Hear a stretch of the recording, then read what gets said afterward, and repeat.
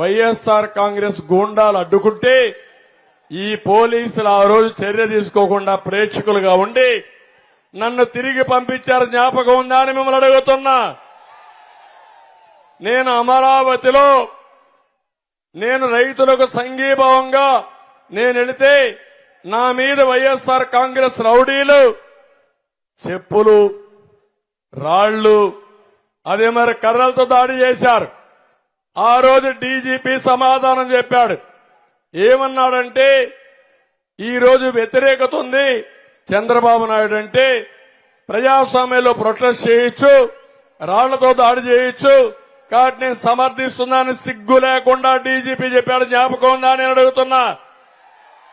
మా ఇంటికి ఒక ఎమ్మెల్యేగా ఉన్న వ్యక్తి రాళ్లు కర్రలు తీసుకొని వస్తే నేను నివారిస్తే మన మీద కేసులు పెట్టి ఆయన నా అపాయింట్మెంట్కి వచ్చారని చెప్పారు. ఇవన్నీ నేను ఎక్కడ పోయినా నా మీద రాళ్లు వేశారు, అవునా కాదా అని అడుగుతున్నా మిమ్మల్ని.